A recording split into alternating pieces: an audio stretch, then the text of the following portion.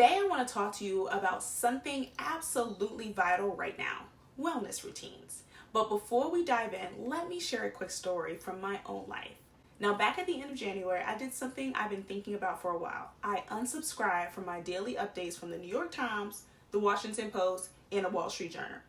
And it wasn't because I was paying for them. I actually got those subscriptions for free 99 through my job. But let me tell you, the constant flood of updates about what's happening in the world, especially all the political chaos, was making me unwell.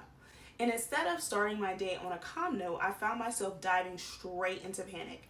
And that wasn't helping my wellness routine at all. So when a friend recommended Vox's The Log Off, which is a newsletter that gives you the political updates without all the anxiety, I said, yes, please. And let me tell you, it's been such a breath of fresh air. But before I go any further, I should properly introduce myself. Hi, I'm Tomesha Campbell, the founder of Enhanced Black Women's Health. So welcome back to the channel if you've been here before, and if you're new here, I'm happy you found us. Now back to the point about wellness routines. When I talk about wellness routines, I'm talking about those daily actions we take that support our overall health and well-being.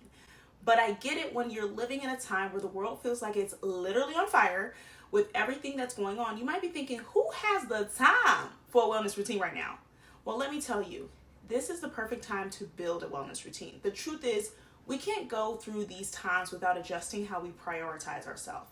As my mentor often said, what got us here won't get us there. And doing the bare minimum for our health just doesn't cut it anymore.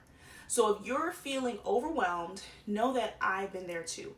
But I found that balance isn't about doing everything perfectly. It's about prioritization. And that's the key to an effective wellness routine, and it's about focusing on the small, consistent actions that add up to something meaningful. Now, let me break it down for you with a few tips for building a sustainable wellness routine without the overwhelm. Tip 1, prioritize planning your meals ahead, even if you don't cook them all. First up, meal planning. Now, I know you're thinking, meal planning? That sounds like a lot of daggone work. But the truth is, you don't have to cook every single meal. I've talked about this before in my meal planning classes, that take a look at your calendar and plan for the meals you don't have to cook. For example, if you're getting lunch from your work cafeteria or you're heading over to your in-laws on Friday for dinner, those are the meals that you still need to plan, but you don't need to cook them. Planning ahead helps reduce stress, cuts down on food waste, and yes, it saves money, honey.